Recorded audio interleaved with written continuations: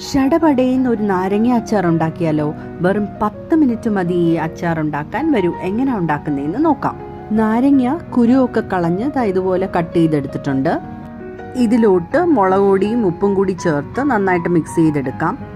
കുറച്ച് മുളക് പൊടിയുടെ കൂടെ ആവശ്യമുണ്ട്, അതും കൂടി ചേർത്ത് ഒന്നുകൂടെ ഒന്ന് മിക്സ് ചെയ്ത് നമുക്ക് മാറ്റി വെക്കാം.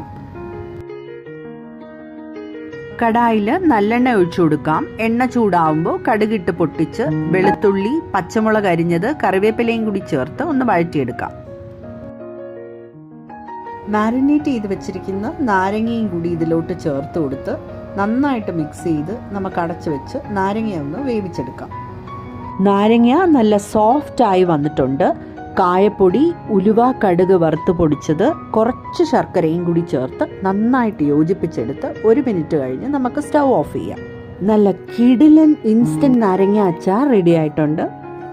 ഇവിടെ ഞാൻ വെറും കുറച്ച് ക്വാണ്ടിറ്റിയിലാണ് ഉണ്ടാക്കിയിട്ടുള്ളത്. കൂടുതൽ നമ്മൾ ഉണ്ടാക്കുകയാണെങ്കിൽ ഇതിൽ വിനിഗറും കൂടി നമുക്ക് ചേർത്ത് കൊടുക്കാവുന്നതാണ്.